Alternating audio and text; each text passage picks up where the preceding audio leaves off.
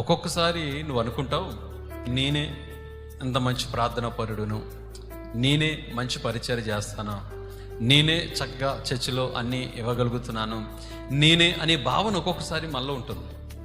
అనుకుంటుంటామంట, ఒకవేళ నిన్ను తగ్గిపోతే, ఒకవేళ నేను లేకపోతే, ఒకవేళ నా హస్తం లేకపోతే అనే భావనలు మనలోకి వస్తాయి కదా.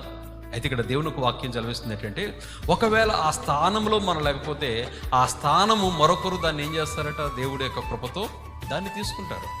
ఇక్కడ చూడండి, దేవుడు పేతురు విశ్వాసం ఎక్కడైతే తగ్గిపోయిందో ఆ విశ్వాసం, ఎవరి విశ్వాసం పెంపొందించాడు దేవుడు? అక్కడ దొంగ విశ్వాసం పెంపొందించాడు. నీ విశ్వాసం ఒకవేళ తగ్గిపోతే ఆ స్థానంలో మరొకరి విశ్వాసాన్ని పెంపొందించబడుతుంది.